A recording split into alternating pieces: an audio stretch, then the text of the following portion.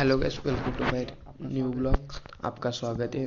और हम सुबह उठते हैं, हम गए ग्राउंड पे जाने के बाद फिर हमने की रनिंग करने के बाद में फिर हमने की थी एक्सरसाइज ख़त्म करने के बाद में फिर हम जाने वाले थे। फिर इसके बाद में अभी रूम पे जाने के बाद फिर हम करने वाले थे अभी फिर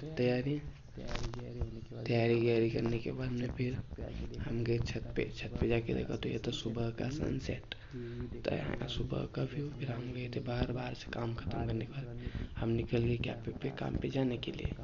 फिर हम सुबह 11 बजे कैफे पे काम पे जाने वाले थे।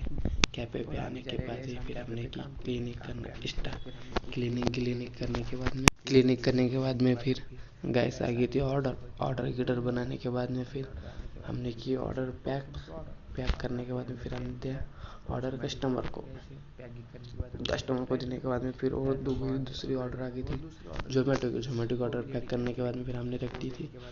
फिर क्लीनिक करने के बाद में फिर उसके बाद में फिर सुबह हम आयना में आके देखा तो फिर उसके बाद में फिर और एक ऑर्डर आ गई थी। फिर और एक ऑर्डर देना था। ये थे 3 बर्गर और कोक की ऑर्डर आ गई थी।